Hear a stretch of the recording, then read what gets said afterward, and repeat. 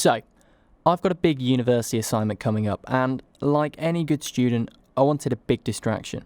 I stumbled across this video on YouTube by KTO on what the NFL was like in 2009, and I thought, hey, this kind of thing could work really well with the Premier League. Anyway, it's the kind of thing I'd watch on YouTube, so I thought I'd go ahead and write a script, and then I just went and made this video.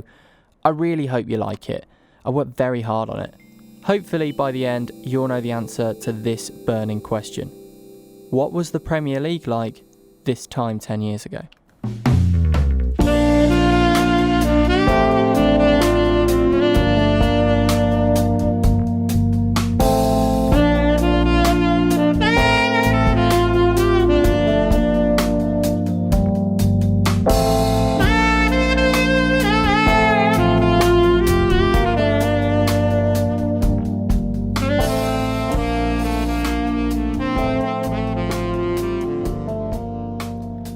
We're going to look back at the 2009-2010 season. There's a lot of interesting stuff ahead, so do stick around. I'll just give you a quick bit of context so everybody's on the same page. We'll start with defending champions Manchester United. They'd won the Premier League title for the last 3 years and reached 2 Champions League finals in that period. But they just lost 2008 World Player of the Year Cristiano Ronaldo.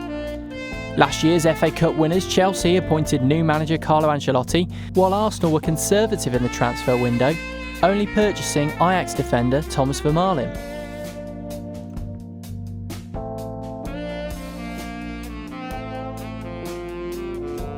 Many tipped 2008-2009 runners-up Liverpool to be the champions, with Steven Gerrard and Fernando Torres likely to continue their sparkling form. Tottenham swapped Darren Bent for Peter Crouch and were targeting a Champions League spot under manager Harry Redknapp. So were Manchester City. 1 year after being taken over, they prized Carlos Tevez away from West Ham under the noses of rivals Man United. So who else haven't we mentioned? Well, Everton was still led by David Moyes, Blackburn had Big Sam Allardyce, and Fulham's boss was Roy Hodgson. Brian Laws was in charge at Burnley, while Martin O'Neill and Alex McLeish called the shots at Aston Villa and Birmingham City respectively. We've also got Sunderland who, under the leadership of Steve Bruce, many thought would finish in the top 8. Wigan were about to try things with brand new boss Roberto Martinez. This was the same for West Ham with Gianfranco Zola. Hull City still had Phil Brown, and Stoke City kept their faith with Tony Pulis. And Bolton Wanderers had Gary Megson.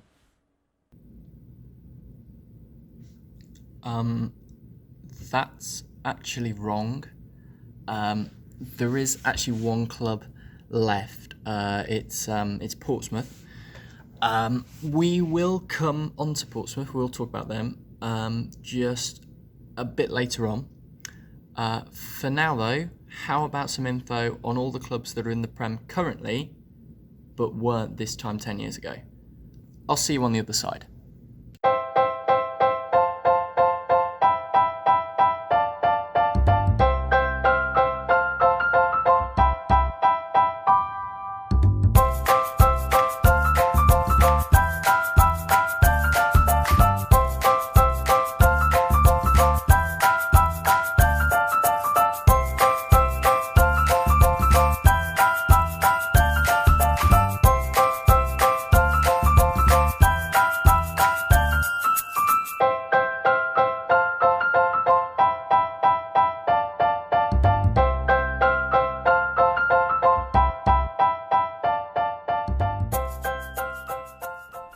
So August. The title can't be won here, but it can be lost. Clubs marked the death of England legend Bobby Robson. The former Three Lions manager passed away on July 31st. Arsenal thrashed Everton 6-1 at Goodison Park on the opening weekend, but by the end of the month, Wenger would be sent to the stands at Old Trafford. In week 2, heavy underdogs Burnley held out to beat Man United 1-0. There was also this match in which Adebayor ran the entire length of the pitch to celebrate a goal for Man City against his former team Arsenal. Chelsea would finish the month in first.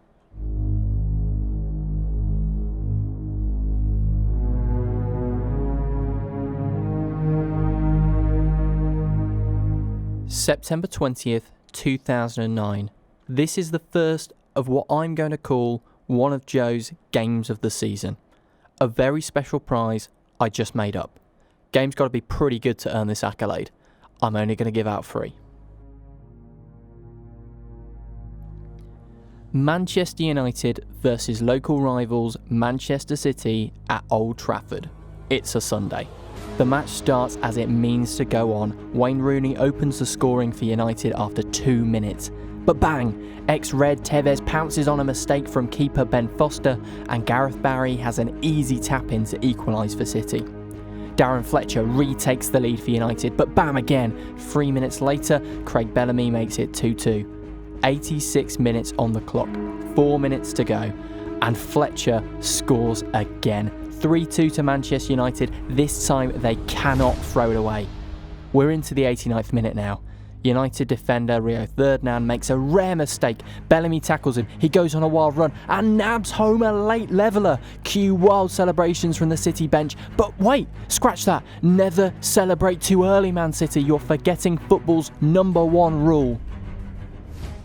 If Sir Alex Ferguson's Manchester United are playing at Old Trafford and they're not winning, how many minutes should be added on? Answer: until Manchester United score. 4 minutes have been shown, but we're into the 6th. Ryan Giggs collects the ball. He looks up and plays a perfect peach of a pass to Michael Owen. Owen takes one touch. Just the keeper to beat? He does. The ex-Liverpool star becomes a United cult hero in Fergie time. And that, ladies and gentlemen, is how you win a Joe's Game of the Season award. So that's pretty good. Sorry, I feel like the last time we spoke I was rather dismissive of Portsmouth. You want to know how they're doing? Well, this isn't quite good. We're 7 games into the season now and they haven't started well at all. If you're a Pompey fan, you might want to look away now. For everybody else, here's some sad music.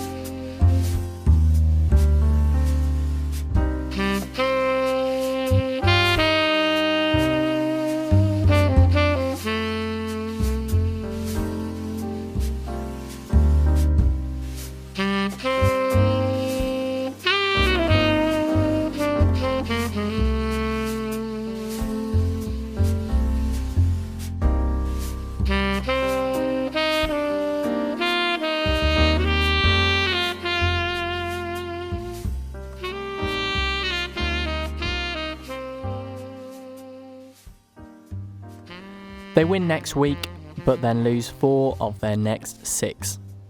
So the season kind of rolls by. There's a pretty good moment when Sunderland win a game against Liverpool thanks to a goal which deflects off a beach ball thrown onto the pitch by the Liverpool supporters. It shouldn't have stood. Technically the laws of the game suggest the referee should have awarded a drop ball, but it did stand, and I kinda like that. Sunderland won 1-0 because of it, and Liverpool's season would go downhill from there. There's also kind of a pattern emerging as well. Early frontrunners Chelsea lead the way, with Manchester United just behind them. Portsmouth are unsurprisingly dead last. In September and October, they're joined in the relegation zone by Hull City and West Ham. In November, it's Wolves and Bolton who are with them.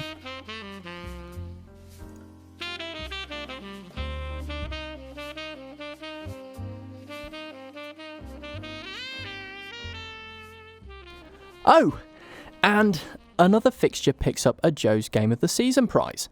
This one's fun. Goalless at half-time, Tottenham thrash Wigan 9-1 on November 22nd, with Jermaine Defoe scoring 5. It's terrible if you're a Wigan supporter, pure entertainment for anyone else. A goal every 4.5 minutes in the second period. Listen, if there's 10 goals in just one half of football, that game's going to win the second of 3 Joe Awards.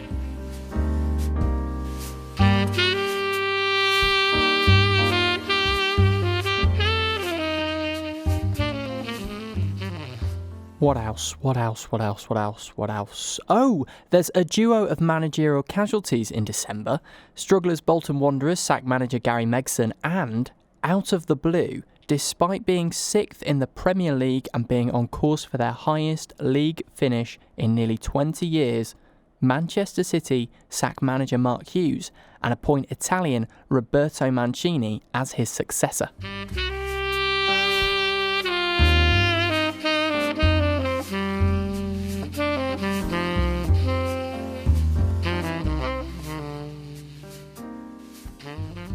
And so the decade draws to a close, with Chelsea 1 point ahead of Manchester United at the top of the Premier League. Arsenal are 2 points behind United in third place, with Tottenham Hotspur, Manchester City, Aston Villa and Liverpool completing the top 7. Portsmouth are bottom of the Premier League, no shock there, with Hull City and Bolton Wanderers completing the relegation zone.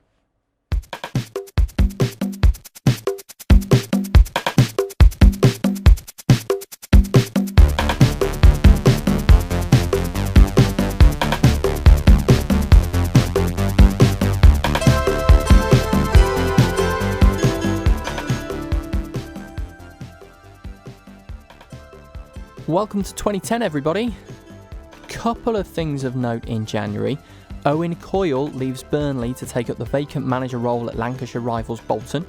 A freak snowstorm means that 37 of the 46 fixtures across the English Football League are postponed on the weekend of Saturday, January 9th. And there were 2 huge shocks in the third round of the FA Cup. February comes around. This is a month in which Aaron Ramsey broke his leg and the Stoke-Arsenal rivalry was born. Let's get on to some silverware though. Manchester United beat Aston Villa to retain the League Cup on February 28th. It's an alright match, not worthy of a Game of the Season prize but good nonetheless. For Man United it's a 6th trophy in 4 years. For Villa it's a missed opportunity. They took the lead through a James Milner penalty after Nemanja Vidic had fouled Gabriel Agbonlahor.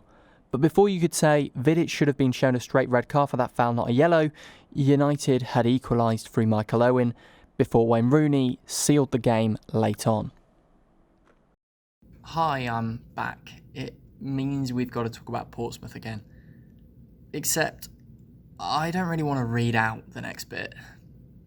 I'll just play the clip. Hopefully it explains why.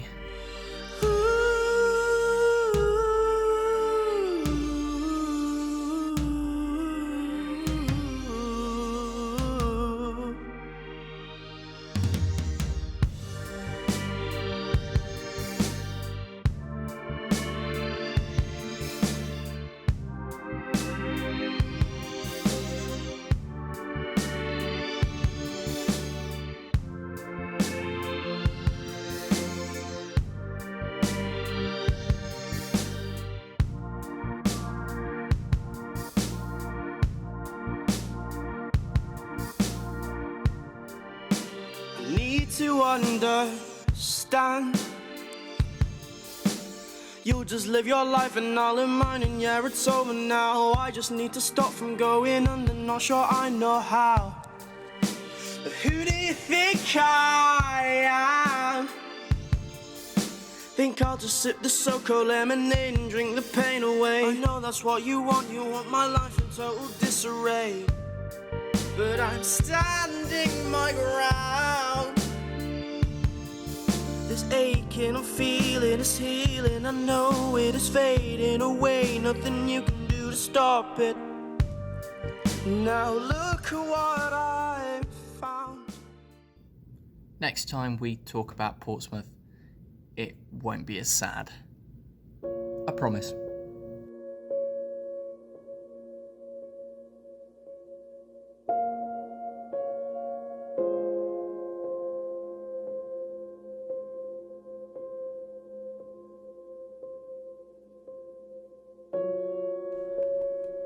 I've just realised that at this point I haven't mentioned how the English clubs did in Europe. Well, in the Champions League, Liverpool didn't make it out the groups. Chelsea lost to former manager Jose Mourinho's Inter in the round of 16. And in the quarter-finals, Arsenal were well beaten by Barcelona, and Man United kind of threw it away against Bayern Munich. And with David Beckham getting a season-ending Achilles injury playing for AC Milan, it looked like England's greatest contribution to European football that season would be Steve McClaren's Dutch accent. Clean sheet, I call it, is one of the most important things in football, but especially in European football, in two legs, not to concede. Oh, so he coined the term clean sheet? Who knew?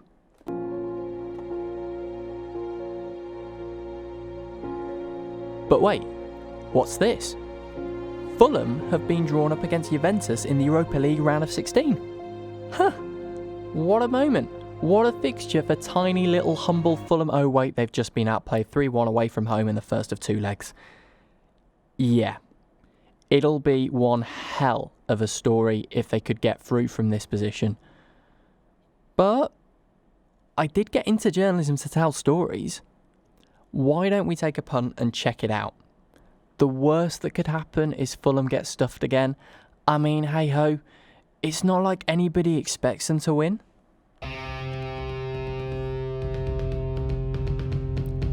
So here we go. Thursday, 18th of March, West London. Potentially the biggest game in... Oh, look, Trezeguet's made it 1-0 to Juventus. Now, this means Fulham are going to have to win the game 3-1 over 90 minutes just to take it into extra time by drawing 4-4 over two legs. And they're playing against the worst kind of team possible when it comes to scoring lots of goals. Remember how I said rule 1 of football was the Fergie time, Man United always need to win in extra time thing? Well, here's rule 2. Italian teams have the meanest defences in the universe. Like, super mean. Super duper mean. Teams like Juventus will score early against you, make it 1-0 and then just sit back for the rest of the game, daring you to score. And more often than not, you won't. So guess what? That rule's going to get broken tonight.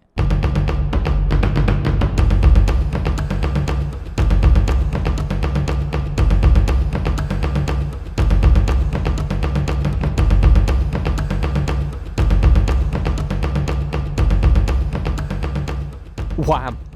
Good old Bobby Samora equalises for Fulham in the 9th minute. Still a long way to go though, but wait. Oh my goodness. Juventus and Italy World Cup winning captain Fabio Cannavaro has just been sent off the field. Hopes fill a charmed Craven Cottage. Zoltan Gira makes it 2-1 to Fulham. They're just one goal away now. Straight after half time, penalty to Fulham. Gira, he scores. They've done it. They're level on aggregate, baby. What a comeback. And with only 40 minutes to spare. Wait. Rewind that? You know the one. And with only 40 minutes to spare. 40 minutes? Jeez. Have they done this too well? Oh gosh. Now Juventus are coming straight back at them. It's constant attack from the northern Italian side. But hey, look. Now Clint Dempsey's got the ball for Fulham in a kind of good position. He turns to face the goal. And Dempsey will try and chip one! Wonderful! Absolutely brilliant!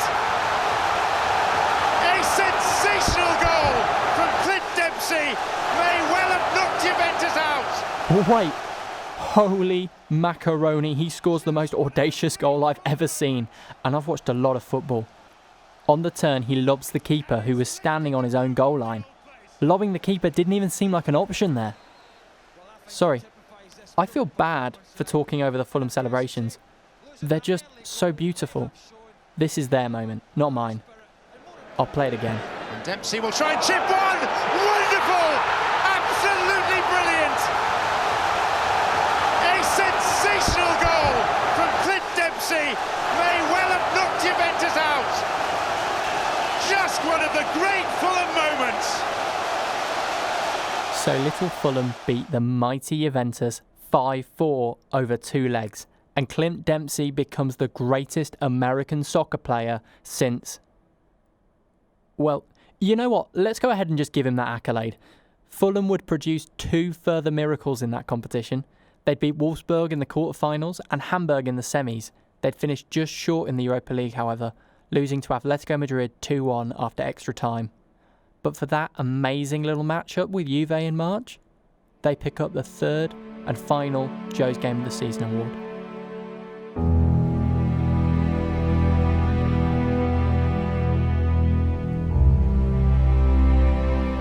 We've gone a little off topic. Let's get back to the race for the Premier League title. We're in mid-April now, there's 3 games left to play. The gap between Chelsea in first and Man United in second stands at just 1 point, after Chelsea's shock 2-1 loss to Tottenham a week earlier. Now it's United's turn to play Spurs, no problem, they dispatched them 3-1 at home. United leapfrogged Chelsea into first, but they played a game more. Chelsea come right back at them with a 7-0 thumping against Stoke. They lead by 1 point again. 2 games left each.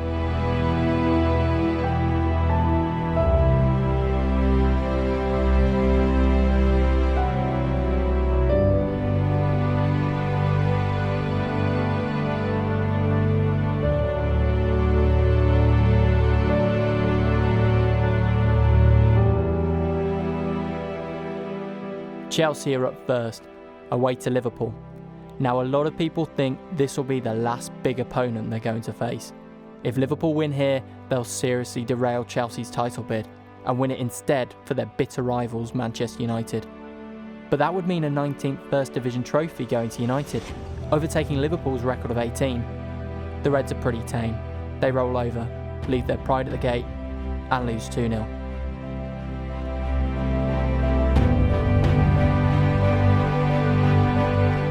Chelsea are now 4 points clear. Man United must win their next match to realistically keep the title alive.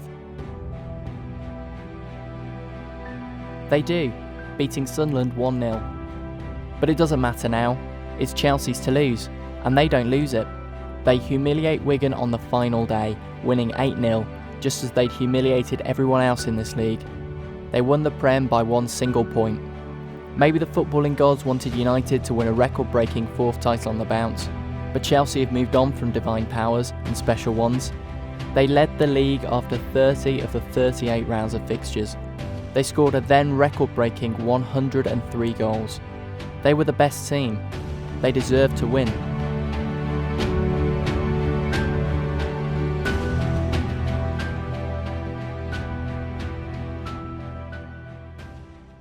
Moving downwards, you already know Man United came second.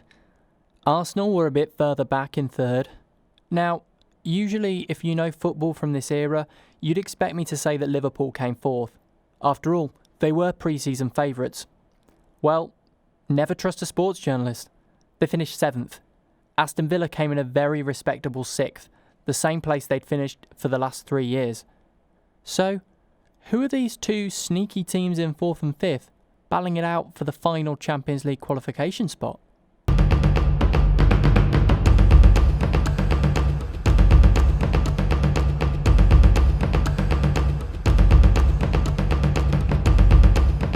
Their names are Manchester City and Tottenham Hotspur.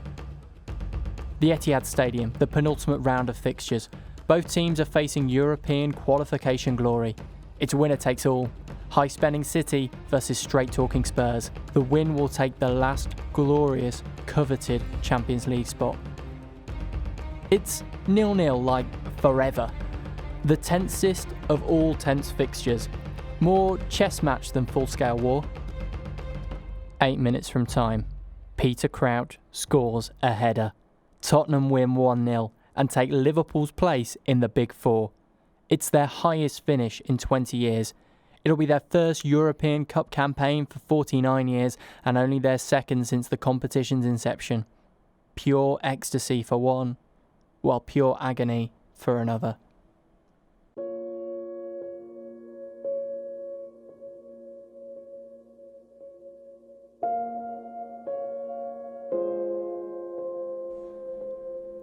At the bottom of the table, going down, relegated into the Championship, are Burnley, Hull City and Portsmouth. There will be no final day battles for survival, no dying words. These teams had fallen long ago.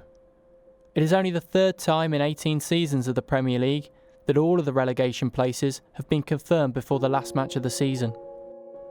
Portsmouth were officially down as early as April 10th. Now, for the other teams, it hurt at the time, but they'd be back. Geez, Burnley are even playing Premier League football right now. But for Portsmouth, there will be no silver lining. They'll drop down the divisions, all the way to League Two. There is no encore. Fans will want to forget this season. In the following years, it will conjure up only sadness. Belief is hopeless.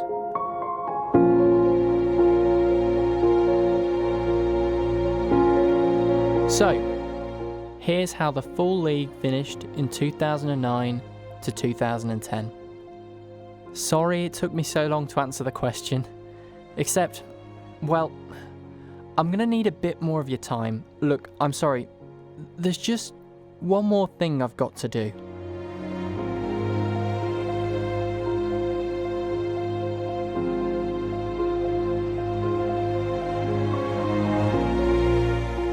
The FA Cup. The one competition I forgot to talk about.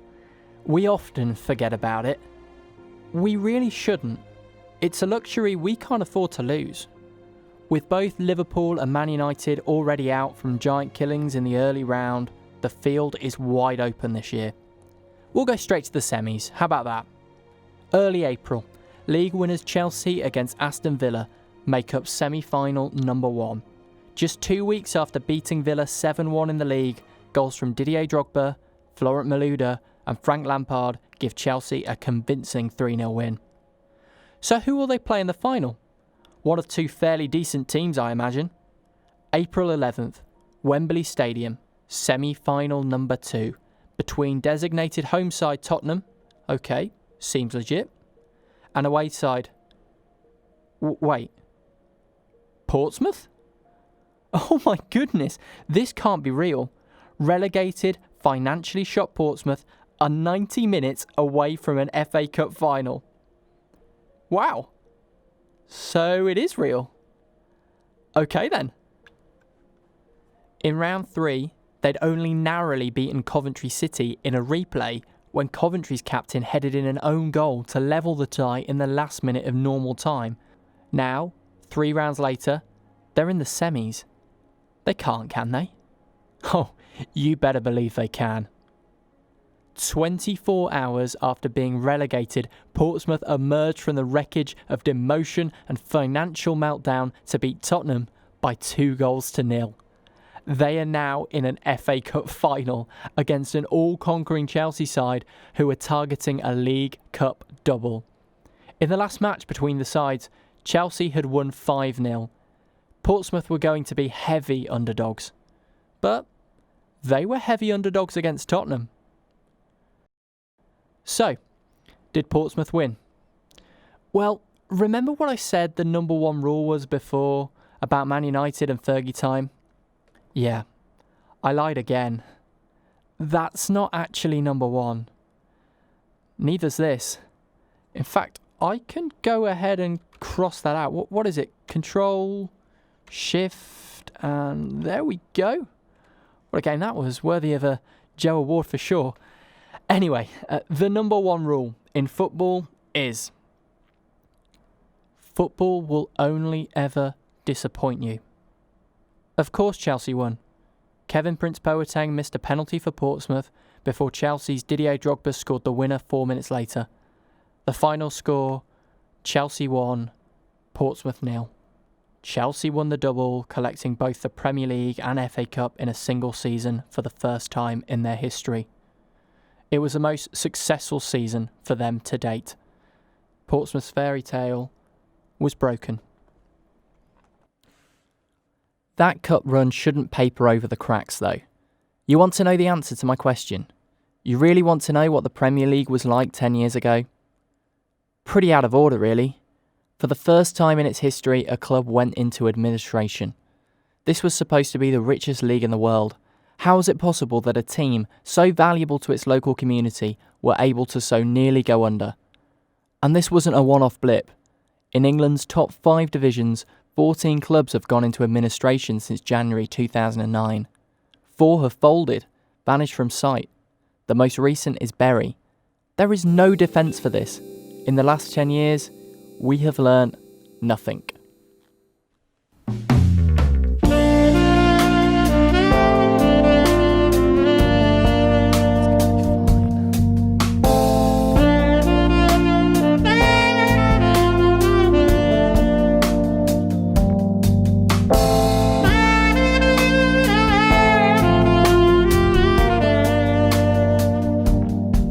I'm sorry, I really wanted to leave the video there. I very nearly did. It's just, I love the Premier League and I love English football. I don't want the final point to be such a sad one. I want you to leave with a picture. It's not a real one, more of a picture in my head that I want you to see as well. I like to imagine, amongst the worrying about the future, the fear of not getting paid, 4 different owners, and all the other nightmares, that there was a moment in the Portsmouth dressing room at Wembley, after they'd just beaten Tottenham, where during the celebration, everything was just sort of okay.